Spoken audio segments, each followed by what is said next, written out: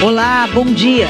O abandono da saúde pública que agrava ainda mais o sofrimento dos doentes.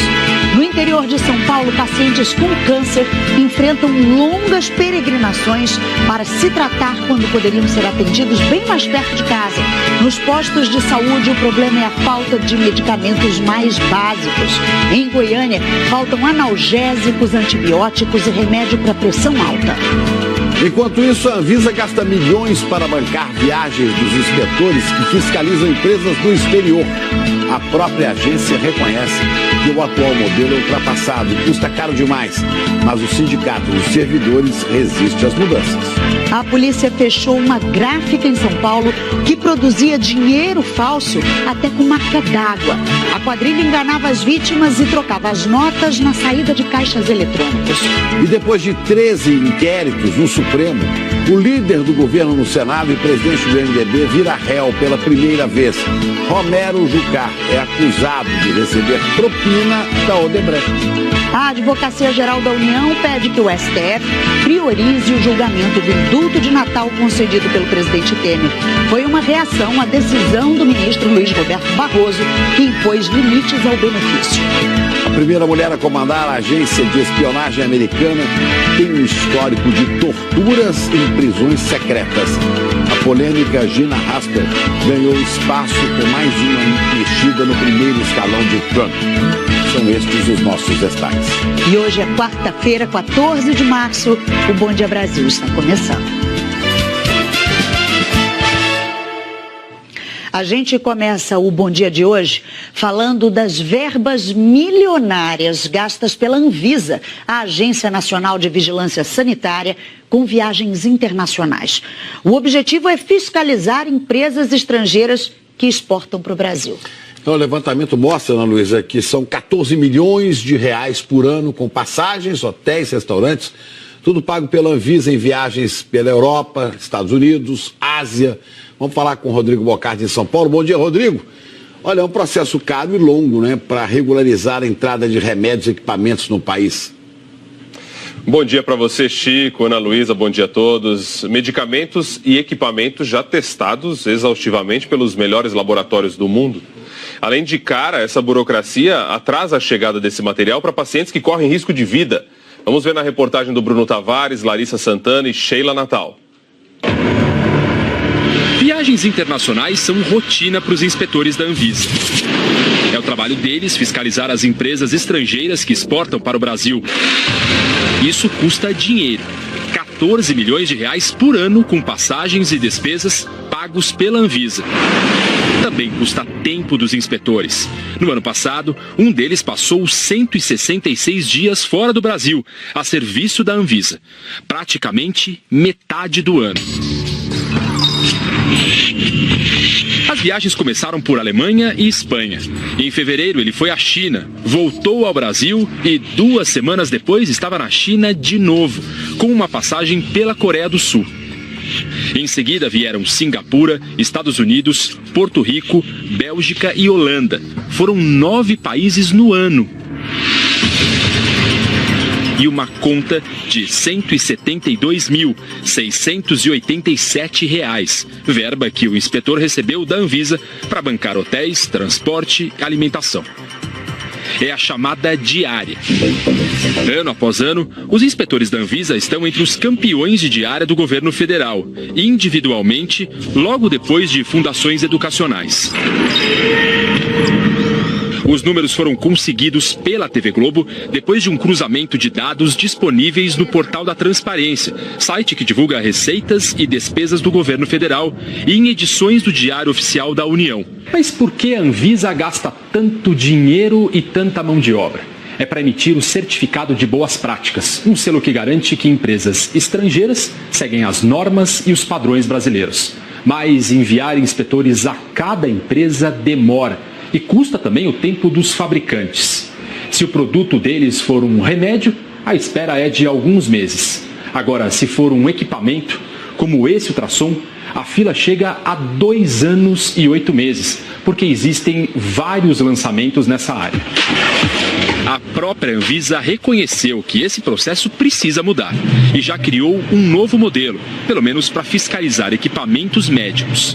Em vez de enviar seus próprios fiscais a outros países, a Anvisa vai usar a análise de inspetores locais, de autoridades de saúde estrangeiras, que tenham visitado os fabricantes. A parceria já foi firmada com Austrália, Canadá, China, Estados Unidos, Japão, Rússia, Singapura e Comunidade Europeia.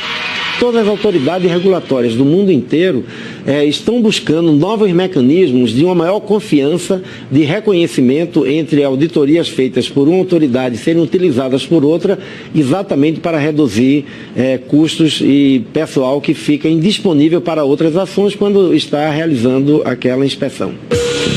Mas o novo modelo enfrenta a resistência dos próprios inspetores. O Sindicato dos Servidores de Agências de Regulação afirma que a aprovação por um inspetor estrangeiro é perigosa. Tem consequências de aumentar o risco à saúde da população brasileira. Trata-se de considerar documentos produzidos por outros países que não necessariamente utilizam os mesmos critérios da própria norma brasileira. A Anvisa diz que as análises estrangeiras são seguras e sem custo para o Brasil. O tempo que fabricantes de equipamentos passam na fila da Anvisa pode cair de 2 anos e 8 meses para 6 meses. A Anvisa estima que cortará 80% dos gastos com viagens internacionais. Mesmo assim, diz que ainda vai bancar inspeções fora do Brasil para analisar fabricantes de remédios e investigar denúncias. Os gastos milionários da Anvisa e o tempo perdido têm impacto direto na vida dos pacientes. Para eles, a espera por remédios ou medicamentos pode custar dias de vida. É a luta diária de Daniel. Ele nasceu com atrofia muscular espinhal, uma doença grave que leva à perda das funções motoras. Daniel depende destes aparelhos que o ajudam a respirar, a se alimentar e a manter o organismo saudável. De acordo com a ciência, pode levar à morte em até 2 anos de vida. Daniel completou 2 anos no último dia 3 de março. Com o tempo como inimigo, foi quase eterna a espera pela aprovação deste remédio no Brasil, o único capaz de combater e talvez barrar a progressão da doença. Levou 5 meses, um prazo até rápido para o padrão internacional. Depois das primeiras doses do remédio, a família agora olha para o futuro com esperança. À medida que ele for aprendendo e que ele for percebendo que ele tem uma possibilidade diferente da que ele tinha, ele vai se desenvolver cada dia mais, como ele já mostrou, né? Já vem demonstrando. Cadê o beijo?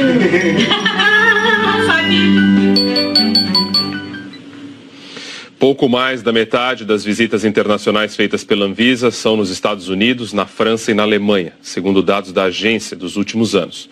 Nesses casos, as autoridades sanitárias locais já fazem inspeção própria. Ou seja, a Anvisa repetiu o trabalho deles, gastando tempo e dinheiro. A gente viu a história, e aí fica, neste caso, Chico e Ana Luísa, a imagem do Daniel, como a gente viu, comparado a um técnico em um avião numa viagem ao exterior.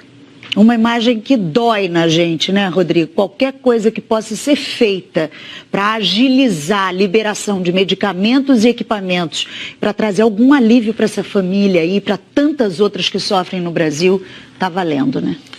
Rodrigo, eu não chego a afirmar, né, peremptoriamente, não, essas viagens são desnecessárias, mas certamente há como se economizar, como otimizar isso, como achar alguém que faça, como você falou, fiscalização lá fora, e isso traga mais benefícios para quem fica aqui. Porque olha só o que eu vou mostrar agora. Olha, enquanto o governo gasta milhões com viagens para garantir qualidade desses remédios que chegam aqui ao Brasil, faltam outros, medicamentos básicos, materiais básicos. Isso em hospitais públicos, em postos de saúde pelo Brasil afora. Certamente você que está nos assistindo já viu posto de saúde e hospital público sem medicamento e sem equipamento básico, sem material básico. Olha, tem aí lugar que não tem gás, que não tem linha para sutura. Vou mostrar o exemplo em Goiânia, por exemplo. Além de remédios simples, analgésicos, antitérmicos, antialérgicos, faltam luvas, faltam máscaras, faltam sondas. Médicos e funcionários denunciam a precariedade completa dessas unidades. Seu Joaquim estava suando frio, com a pressão altíssima. Procurou um posto de saúde perto da casa dele, mas foi encaminhado para outra unidade sem ser medicado. Mandaram para cá, simplesmente para colocar um remédio contra a pressão alta, né? Isso, acho que isso deve ter em todo lugar. Os medicamentos básicos estão em falta em vários postos de saúde de Goiânia. Neste daqui, não tem mais da metade dos remédios usados para tratamento de doenças comuns. Este mês, por exemplo, não veio nenhum tipo de anti-inflamatório. Os funcionários confirmam também que pelo menos 30 materiais de uso médico estão zerados no estoque, como luvas, seringas, fios cirúrgicos e vários tipos de sondas. Com uma câmera escondida, nosso produtor entrou em outra unidade de saúde e foi de sala em sala atrás de informações sobre remédios. A funcionária também explicou que os remédios chegam em pequenas quantidades e não duram nem um dia no estoque.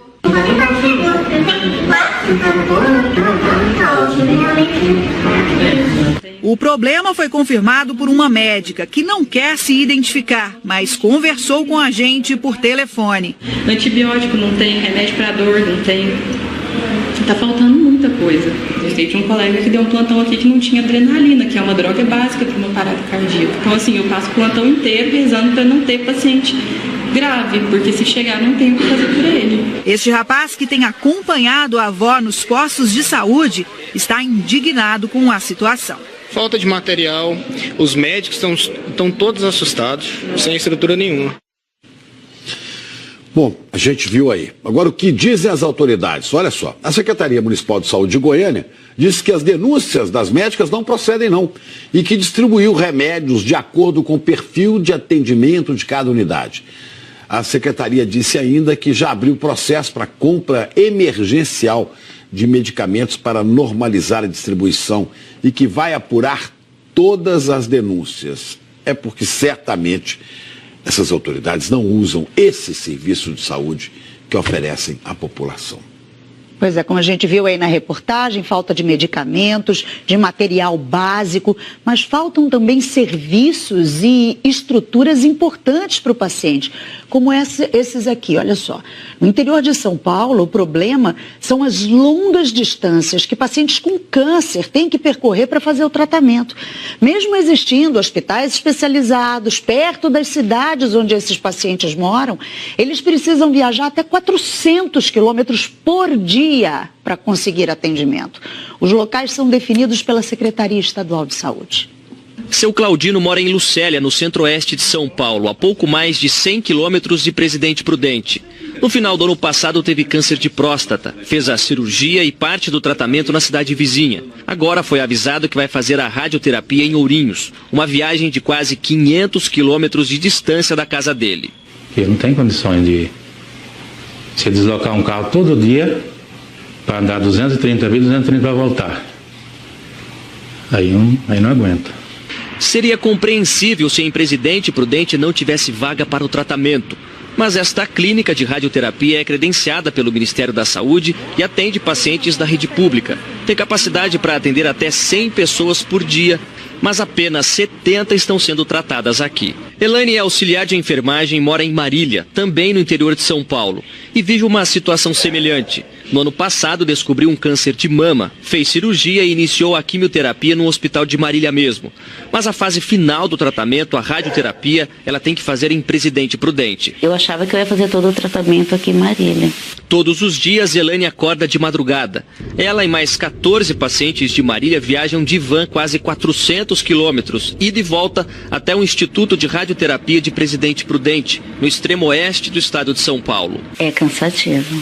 É bastante cansativo, porque eu não durmo à noite com medo de perder hora. Quem determina onde o paciente será tratado é a Secretaria Estadual de Saúde. Passar 5 horas na estrada dentro da van é uma prova de resistência para esses pacientes. O corpo, eu acho que fica um pouco debilitado por conta da radioterapia, né?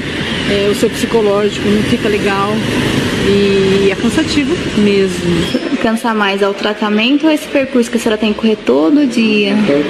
Percurso. Tratamento, por enquanto, está indo de boa. Uma medida simples poderia resolver a situação. Os pacientes de Lucélia poderiam ser tratados na cidade vizinha de Presidente Prudente e os de Marília no Hospital do Câncer da Santa Casa de Ourinhos, que fica a 100 quilômetros de Marília. O serviço também é credenciado pelo Ministério da Saúde com vagas disponíveis, mas faltam pacientes. O equipamento é de última geração, novinho em folha, e há aproximadamente 1 ano e meio passou a atender pacientes SUS. A unidade tem capacidade e dinheiro enviado pelo governo do estado para atender 27 pacientes por dia, somente da região de Marília, mas atualmente atende apenas 11. E aí, na maior parte do dia, o equipamento fica aqui, parado, sem trabalhar. O convênio estadual é de R$ 930 mil por ano. Nós temos equipamento de ótima qualidade, equipamento de ponta, equipe muito bem treinada e nós estamos preparados e prontos para atender os doentes. Basta que eles venham até aqui. Ou seja, além da falta de remédios, da falta de material básico, falta gestão também. A Secretaria Estadual de Saúde de São Paulo disse que pediu ao Ministério da Saúde a expansão da oferta de radioterapia na cidade de Marília. Sobre o encaminhamento de alguns pacientes a Presidente Prudente, a Secretaria disse que foi uma medida de emergência para garantir o tratamento e que os repasses para a Santa Casa de Ourinhos foram ampliados para receber novos pacientes. Mas a Secretaria não explicou por que os pacientes precisam viajar para tão longe quando poderiam ter atendimento pertinho de casa. Nós vimos que enquanto falta de tudo para socorrer pacientes, inspetores da Anvisa gastam verbas milionárias em viagens ao exterior para fazer um trabalho questionável. Vamos conversar com Alexandre Garcia. Bom dia, Alexandre. Bom dia, os gastos com saúde no Brasil, pode estar até aquém do que deve ser o necessário. Mas só que tem que saber como se gastar, como gerir isso. O que tem acontecido é que a conta sempre sobra para quem precisa mais, Pois é, Chico, e depois que a gente viu essa reportagem aí da Anvisa, é bom esclarecer o significado da sigla. É Agência Nacional de Vigilância Sanitária. Não é Agência Nacional de Viagens Sociedade Anônima, É bom esclarecer. E faz um bom trabalho, aliás, mas tem essa questão aí do excesso de viagens, E enquanto o inspetor da Anvisa vai de avião, a gente viu aí que pacientes têm que percorrer longas distâncias para conseguir tratamento de câncer, E assim roda esse mundo de saúde pública no Brasil, Até no estado mais rico, como a gente viu aí, tão rico quanto o cofre de viagem da Anvisa. Depois falta até um simples raio-x.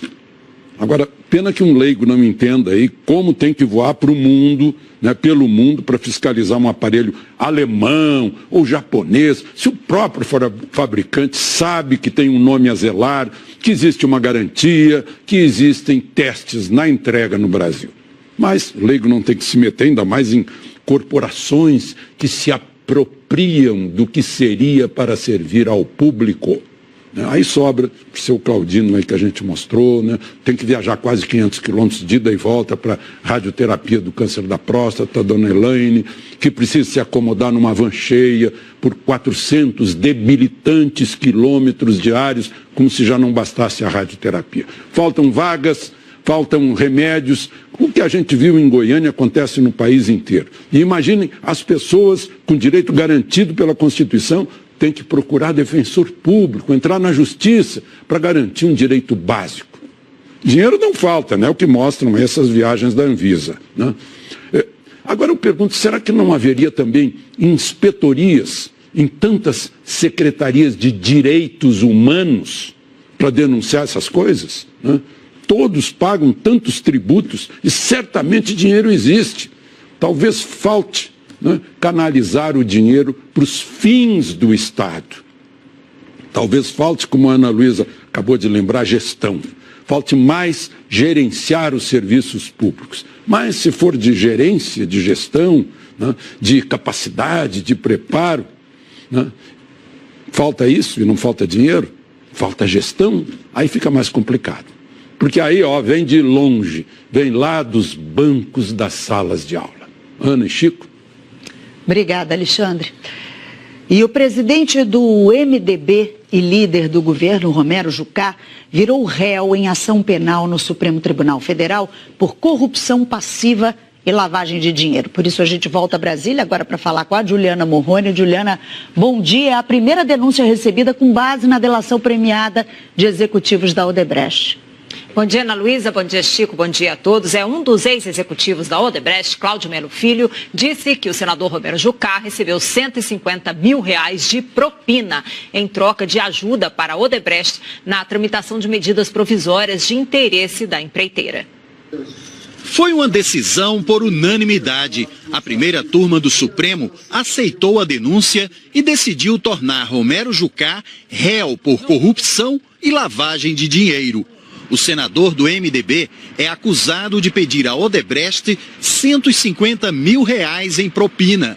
O dinheiro seria para a campanha do filho dele, Rodrigo, em 2014, quando foi candidato a vice-governador de Roraima. O ex-diretor de Relações Institucionais da Odebrecht, Cláudio Melo Filho, afirmou em delação premiada que a doação foi feita ao diretório do MDB. Em troca, a empreiteira esperava ajuda de Jucá durante a tramitação de medidas provisórias no Congresso. A gente entregava as notas técnicas, e fazia essa discussão, e a partir das notas técnicas eram geradas emendas. Eu me lembro na época que o senador Romero Jucá tinha a ideia de ser o relator dessa matéria, acabou não sendo, mas ele foi presidente da comissão mista que analisava a matéria no Congresso Nacional. O relator da ação no Supremo, o ministro Marco Aurélio Mello, defendeu a investigação. Observem não haver dúvidas sobre a atuação parlamentar do denunciado na tramitação das medidas provisórias mencionadas na inicial. É ponto incontroverso ainda a realização de reuniões entre o congressista na condição de líder do governo e de presidente da comissão mista e o delator, antes e durante o período no qual se deu o processo legislativo referente às citadas medidas. No momento em que a primeira turma julgava a denúncia, Romero Jucá estava discursando no Senado. Ele nega as acusações e, ao saber que tinha virado réu, reafirmou que todas as doações para a campanha do filho foram legais. Estou tranquilo, vou responder tudo, provarei que sou inocente, que não houve nada de errado nessa doação e, portanto, nós vamos aguardar e trabalhar com tranquilidade através dos nossos advogados. Os próximos passos serão a coleta de provas e os depoimentos de testemunhas e do senador. Aqui no Supremo, Jucá também é alvo de mais 12 inquéritos, 3 deles já com denúncia. São casos relacionados às operações Lava Jato e Zelotes e também um processo por desvios de recursos da usina de Belo Monte. O MDB lamentou que doações legais sejam criminalizadas com base no que chamou de apenas depoimentos mentirosos de delatores. O partido reforçou ainda a confiança na justiça e informou que espera que a verdade supere as insinuações. Lembro que agora Romero Jucá virou réu, Ana Luísa e Chico. E aí, toda a sociedade espera que a verdade supere tudo mesmo, né? Que seja a medida. Obrigado, Juliana. Agora a notícia internacional triste, morreu hoje aos 76 anos, o físico britânico Stephen Hawking, ele que ajudou a humanidade a entender um pouco melhor o universo. Vamos falar no Reino Unido, onde ele nasceu, vamos falar com a Cecília, onde ele morreu também. Cecília Malan, uma história de superação e sabedoria que inspira, né? Inspira todo mundo. Quando a gente vê a dificuldade dele. Chico, o mundo lamenta a perda dessa mente brilhante que, apesar das limitações de uma doença degenerativa, nos inspirou a olhar para o espaço com mais curiosidade. Stephen Hawking morreu em casa. A notícia foi confirmada hoje cedo pelos 3 filhos dele. Lucy, Robert e Tim elogiaram a coragem e a determinação do pai e disseram que o bom humor dele pode inspirar pessoas mundo afora. As redes sociais transbordam com homenagens de amigos e admiradores. O legado dele será lembrado enquanto houver cientistas, resumiu um colega. A NASA escreveu que espera que Stephen Hawking continue voando como super-homem. E a Universidade de Cambridge destacou uma frase dele: olhe para as estrelas e não para os próprios pés. Que Stephen Hawking continue inspirando jovens, meninos e meninas, a se encantarem pelo mundo da ciência. Já já eu volto com outras notícias aqui da Europa. Ana, Chico. Combinado, Cecília, obrigada. Vamos conversar agora com a Isabela Camargo, vamos falar da previsão do tempo. Isabela, ontem você falou de geada e o destaque hoje é o calor. Temperaturas lá no alto e lá embaixo, onde? Não, Chico, lá embaixo em nenhum lugar, viu? Bom dia para você, para Ana, bom dia a todos. A natureza está bem dinâmica, Chico. Já está quente na maior parte do país e vai esquentar mais até em locais onde teve geada ontem, que nós mostramos aqui. Dá uma olhada aqui, curioso. Tem uma baita frente fria se aproximando do Uruguai e ela tem força suficiente para atrair o calor da porção norte do país. Então, 5 estados estão em pré-frontal hoje. Mato Grosso do Sul, São Paulo, Paraná, Santa Catarina e Rio Grande do Sul. Então, os 32 graus que devem ser registrados em Porto Alegre e Florianópolis também devem ser marcados aqui em Manaus, Macapá e lá no Rio Grande do Norte. Na capital paulista, hoje a previsão é de 33 graus, 34 em Cuiabá e 35 no Rio de Janeiro. Ou seja, como está bem quente, né, com todo esse calor, mais a umidade que está circulando, né, olha só, a circulação aqui das áreas de instabilidade que vão do Nordeste, passam pelo Norte e estão vindo aqui pelo Centro-Oeste e vão chegar no Sul e no Sudeste também. Essas áreas de instabilidade, essas nuvens de chuva já provocaram mais cedo, em 2 horas apenas, 40 milímetros em Vilhena, Rondônia e 20 em Timóteo, Minas Gerais. Então não se engane, mesmo com o sol que está fazendo nessa manhã, se ainda não está chovendo na sua cidade, mais tarde pode chover do Amapá até o Rio Grande do Sul. As áreas em verde escuro, a gente vai ter menos sol, ou seja, mais nuvens no céu. Só 3 áreas hoje com tempo firme. Do norte do Amazonas, Roraima, parte do Pará, do interior do Rio Grande do Norte até o norte de Sergipe e do Espírito Santo, pegando parte do Rio e Minas. Só que, gente, está tão instável a atmosfera que nada impede, tá, que essas nuvens aqui de Minas também não desgarrem, não provoquem pancadas de chuva aqui no Espírito Santo e no Rio também. Agora, de toda essa chuva, a mais volumosa vai ser aqui, olha, Mato Grosso, Tocantins e na Bahia. Atenção, Salvador, como em um dia choveu metade do que normalmente chove, né, no mês inteiro, hoje pode chover mais, o risco para novos deslizamentos é muito alto e a chuva continua até o final de semana. Para encerrar, é importante você saber que amanhã tem previsão de temporais na região sul, a frente fria vai avançar pela região, provocando chuva volumosa, raios e ventania e vai trazer uma mudança bem forte aqui para São Paulo, Chico e Ana, com mais temporais amanhã. Mas aí já está todo mundo avisado. Tá certo. Obrigada, Isabela. Bom dia para você. Para nós, obrigada. E a seguir, a polícia liberta um motorista feito refém durante um roubo de carga no Rio. Quem é a primeira mulher escolhida para chefiar a agência de espionagem americana envolvida em polêmicas e acusada de tortura? E a fábrica de dinheiro falso em São Paulo. Eram reais, dólares e euros feitos dentro de casa e até com marca d'água. Agora, 8h04 pelo horário de Brasília.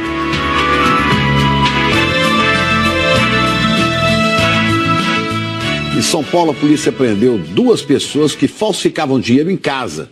Os policiais encontraram mais de 3,5 milhões de reais, além de dólares e euros também. Rodrigo, as notas falsas eram parecidíssimas com as verdadeiras, hein? Olha, os repórteres que tiveram contato aí com esse dinheiro falso disseram que é muito difícil identificar a diferença, viu? As notas tinham até um falso filete de microfilme e marca d'água.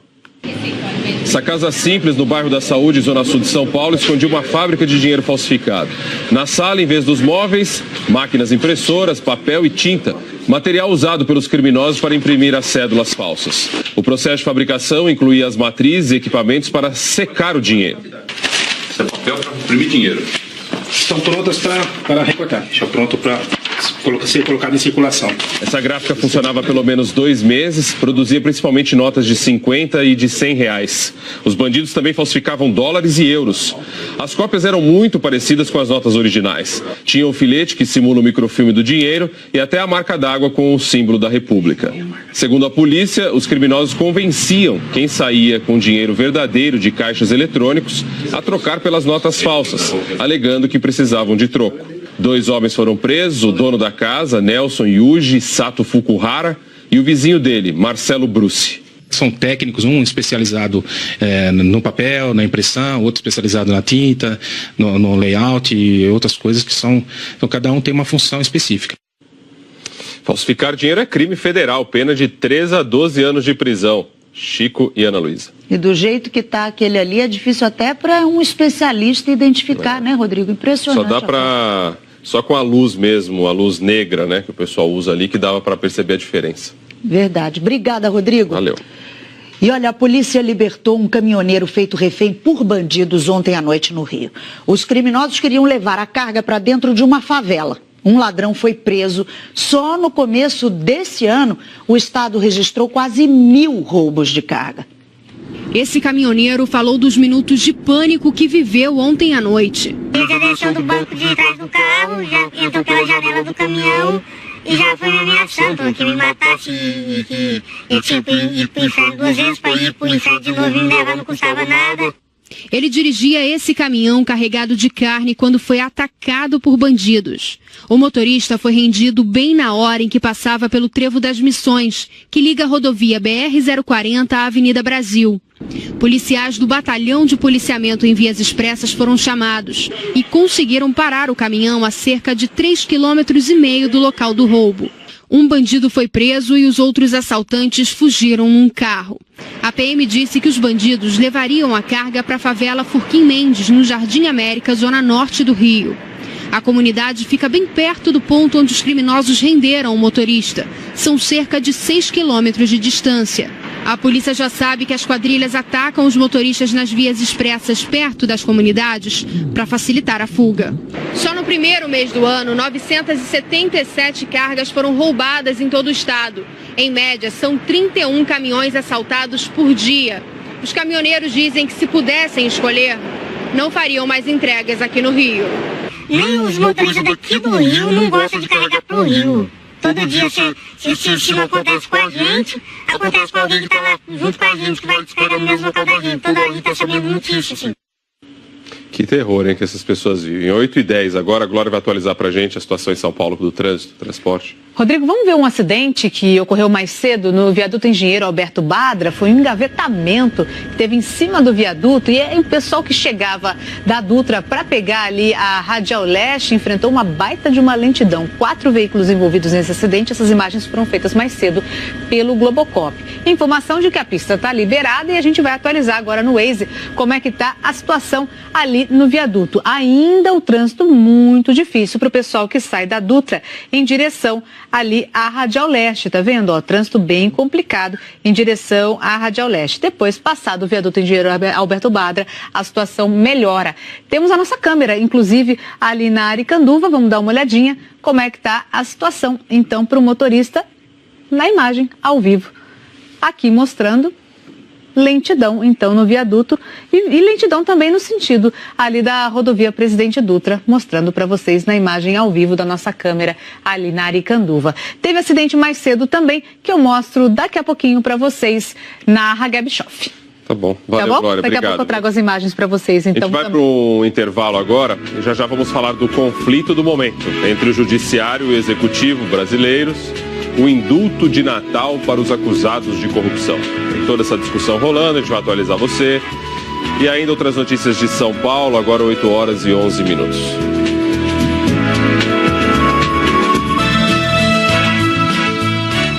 Vamos agora a Brasília porque o governo reagiu à decisão do ministro Luiz Roberto Barroso de impedir que condenados por corrupção possam se beneficiar do indulto de Natal assinado pelo presidente Temer.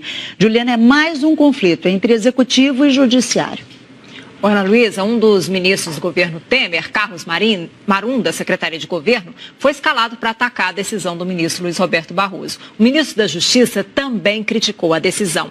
E a Advocacia Geral da União pediu para a presidente do Supremo Tribunal Federal que dê prioridade ao julgamento no plenário da ação que questiona o decreto natalino do presidente Temer.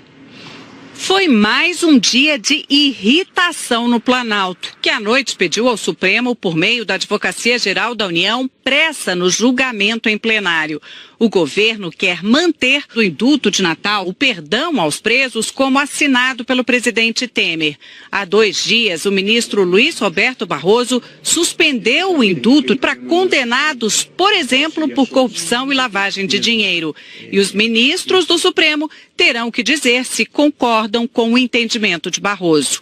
Ontem, o governo botou 2 ministros para criticar a decisão de Luiz Roberto Barroso. Carlos Marum, da Secretaria de Governo, disse que cabe ao presidente decidir e ameaçou retomar o mandato de deputado para pedir o impeachment do ministro Barroso. Mas disse que falava por si e não em nome do governo. Deveria voltar ao parlamento e de lá tomar essa atitude. Se você me perguntar se antes disso eu vou conversar com o presidente, eu daí devo até confessar para você que eu faria isso. Para o Partido Rede, essa ameaça é inaceitável. É uma ameaça que se traduz em clara tentativa de intimidação a um ministro do Supremo Tribunal Federal. Uma das maiores ofensas que nós já tínhamos visto na nossa história republicana. Para o ministro da Justiça, Torquato Jardim, Barroso não poderia ter mudado o decreto de indulto. Se inconstitucional a opção, suspende-se. Se interpretável, que o faça conforme a Constituição. Porém, não cabe legislar em substituição. Esse decreto do indulto de Natal foi assinado em dezembro pelo presidente Michel Temer e tinha sido suspenso liminarmente ainda no ano passado pela presidente do Supremo, Carmen Lúcia, e também criticado pela Procuradora-Geral da República, Raquel Dodge, que disse que era o mais generoso dos últimos 20 anos. Ela também defendeu a suspensão do decreto, que agora está suspenso em partes. Pela decisão do ministro Barroso, podem sair da cadeia os presos que cometeram crimes sem grave ameaça ou violência e que cumpriram 1/3 da pena. A condenação não pode ter sido superior a 8 anos de prisão e os corruptos não podem se beneficiar do indulto. Para Barroso, a falta de punição para criminosos de colarinho branco aumentou a prática desses delitos. O ex-presidente do Supremo, Aires Brito, disse que concorda que alguns condenados não podem ter direito ao benefício e que o Supremo pode sim mexer nas regras definidas pelo presidente da República. Indulto não é cheque em branco, não corresponde à noção antiga de poder discricionário, isento de exame por outro poder. Eu acho que corrupção sistêmica, no âmbito de uma organização criminosa, eu acho que essas figuras delituosas são incompatíveis com a ideia de indulto. Ainda não existe uma previsão de quando a ministra Carmen Lúcia vai decidir sobre esse pedido feito pela Advocacia Geral da União, Ana Luísa e Chico. Pois é, Juliana, e olha, o governo ainda teve outro constrangimento. A Polícia Federal fez buscas no Palácio Planalto procurando e-mails do ex-assessor de Temer, aquele flagrado na corridinha com a mala com R$500 mil, lembra? Juliana, foi nesse inquérito aí que o presidente teve o sigilo bancário quebrado, né? Pois é, Chico, e ontem à noite o ministro Luiz Roberto Barroso atendeu a um pedido dos advogados do presidente Temer para terem acesso aos documentos dessa investigação. Temer chegou a garantir que iria divulgar os extratos bancários, agora aliados do presidente reavaliam essa decisão. A defesa do presidente Michel Temer terá acesso à decisão de quebra do sigilo bancário dele, mas não agora. O ministro do Supremo Tribunal Federal, Luiz Roberto Barroso, determinou que o acesso só será permitido tão logo esteja documentada nos autos a prova decorrente das diligências sigilosas deferidas, ou seja, só depois que todos os dados chegarem ao STF. A medida faz parte do inquérito que investiga se Temer editou um decreto em maio do ano passado, alterando regras do setor portuário para beneficiar algumas empresas, entre elas a Rodrimar, em troca de propina. Barroso é o relator do inquérito, que foi aberto em setembro do ano passado. No último dia 5, o ministro autorizou a quebra do sigilo bancário de Temer. Ao saber da decisão, o presidente Temer garantiu que iria divulgar os extratos bancários. Só que a atitude foi criticada por políticos aliados e pela defesa do presidente, que pediram que ele reavalie a decisão. Em conversas reservadas, o próprio presidente admitiu o arrependimento e agora estuda estratégias para adiar ou até mesmo evitar a divulgação. A intenção é colocar a responsabilidade da divulgação nas mãos do ministro Barroso, argumentando que os dados bancários do presidente integram um inquérito que tem parte das diligências em sigilo. Nesta terça-feira, assessores do presidente Temer confirmaram que policiais federais fizeram buscas no Palácio do Planalto semana passada. Eles estavam atrás de e-mails de Rodrigo Rocha Loures, ex-assessor do presidente Temer, que ficou conhecido como o homem da mala de R$500 mil da JF. Os investigadores querem ter acesso ao computador e às mensagens de Rocha Loures, que despachava de uma sala do Palácio do Planalto, no mesmo andar onde trabalha o presidente. Além de Rocha Loures, o ministro Luiz Roberto Barroso também pediu a quebra dos sigilos dos telefones, e-mails e redes sociais do coronel João Batista Lima, amigo de Temer, do dono da Rodrimar, Antônio Celso Greco, e do diretor da empresa, Ricardo Mesquita. Rocha Loures e o coronel Lima são suspeitos de intermediar o suposto pagamento de propina envolvendo o MDB e Temer. Em nota, o Planalto confirmou que recebeu notificação do STF sobre a quebra de sigilo telemático de Rocha Loures e disse que todas as informações estão sendo providenciadas e serão enviadas tão logo o levantamento seja concluído. A defesa de Rodrigo Rocha Loures afirmou que ele não participou de nada para beneficiar a Rodrimar ou qualquer outra empresa do setor. A Rodrimar, Antônio Celso Greco e Ricardo Mesquita não quiseram se manifestar. E nós não conseguimos localizar o coronel João Batista Lima Filho. No início do ano, a presidente do Supremo, ministra Carmen Lúcia, declarou que não vê motivo para rediscutir a prisão depois da condenação em segunda instância, apenas 2 anos após o entendimento firmado pela maioria dos ministros. Ontem, no evento da Folha de São Paulo, a presidente do Supremo foi questionada sobre como lida com a pressão para revisar a decisão sobre a segunda instância. Eu não lido, eu simplesmente não me submeto à pressão.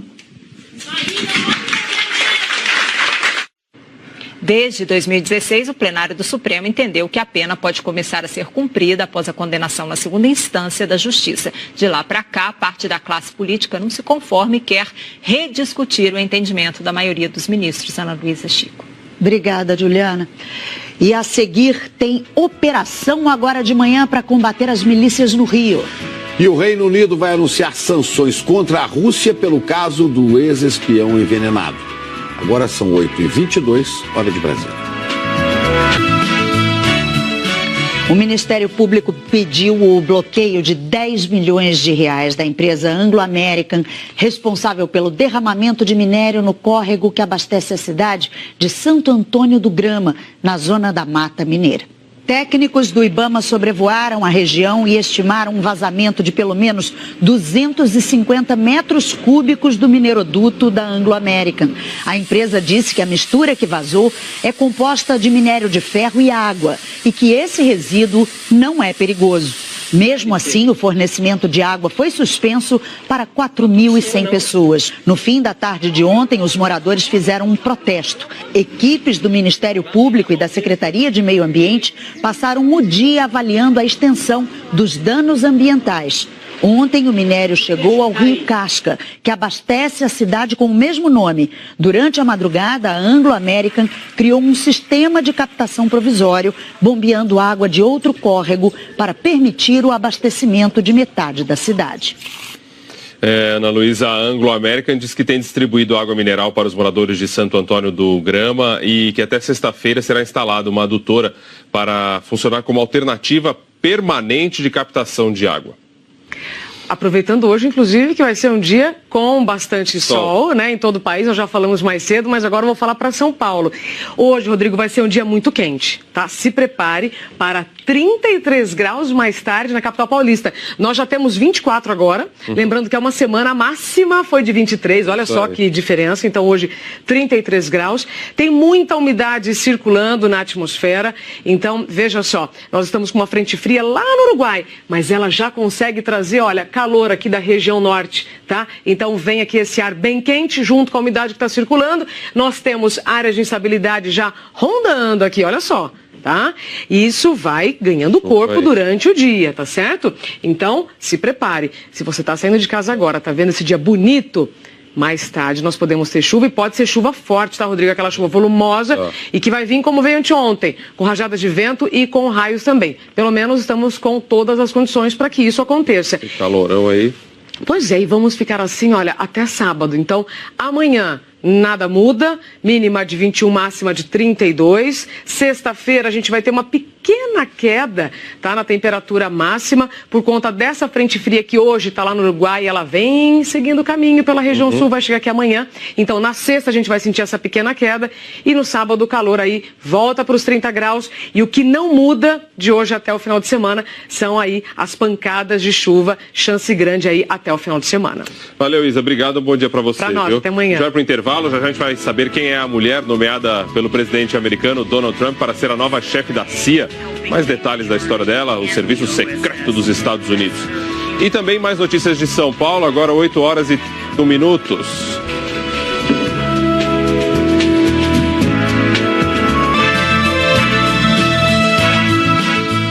O presidente americano Donald Trump demitiu ontem o secretário de Estado Rex Tillerson.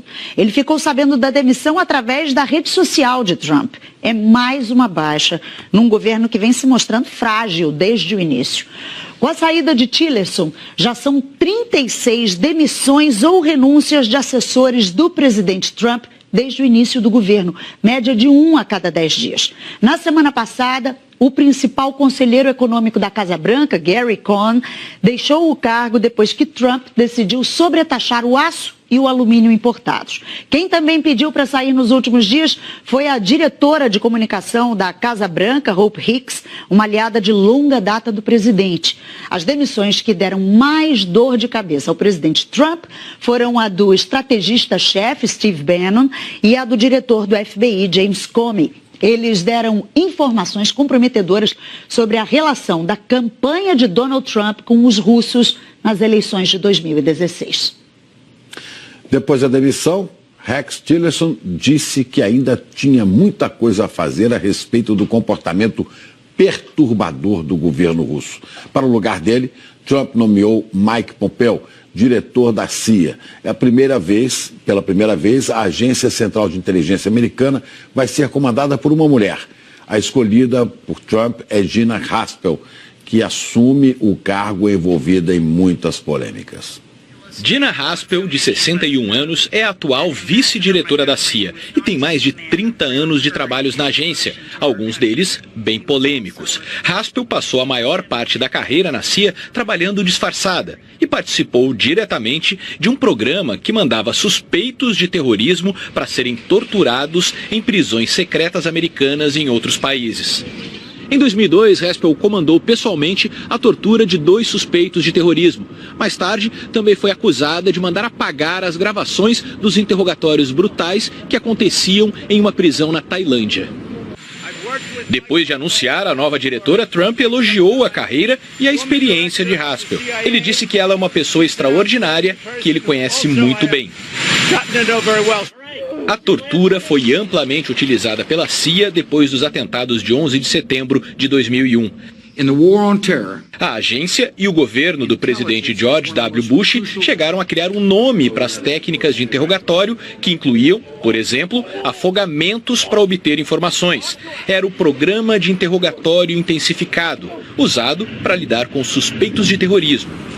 Depois que o programa secreto foi revelado, os Estados Unidos reconheceram que esses métodos eram tortura mesmo e, portanto, uma violação de tratados internacionais e dos direitos humanos. Em 2014, um comitê do Senado americano concluiu também que os interrogatórios sob tortura durante o governo Bush não revelaram nenhuma informação útil para a segurança do país. A administração Trump tem uma visão mais tolerante da tortura. O presidente já disse mais de uma vez que ela funciona. Para que Haspel se torne a primeira mulher a comandar a agência de espionagem americana, o nome dela ainda tem que ser aprovado pelo Senado. O que o Human Rights Watch pediu que não aconteça. A Organização de Defesa dos Direitos Humanos disse que a nomeação de Haspel é preocupante por causa do passado de aprovação da tortura e que o governo deveria investigá-la pelas práticas abusivas e não nomeá-la. A primeira-ministra britânica, Theresa May, deve anunciar sanções econômicas e diplomáticas contra a Rússia por causa do envenenamento do ex-espião Sergei Skripal e da filha dele. Vamos voltar a Londres, então, com a Cecília. Cecília, as medidas devem ser divulgadas ainda hoje, hein? Devem sair ainda hoje, sim, Ana, porque o prazo para que a Rússia esclarecesse seu envolvimento nesse caso já terminou. A embaixada russa aqui em Londres se negou a responder ao ultimato sem antes receber para análise uma amostra do suposto veneno usado no ataque contra os dois. Agora há pouco, o governo de Vladimir Putin voltou a dizer que as acusações não têm fundamento e anunciou que vai pedir autorização para visitar a filha do ex-espião. Ela segue internada em estado grave, assim como o pai. Olha, Cecília, Glória de volta, 8h39. Diga lá, Glória. Atualizando a situação do transporte coletivo, viu, Rodrigo? Destaque para a linha 2 verde do metrô, porque até agora há pouco estava cheio de problema por lá. Aqui aparece operação normal, mas na verdade está normalizando.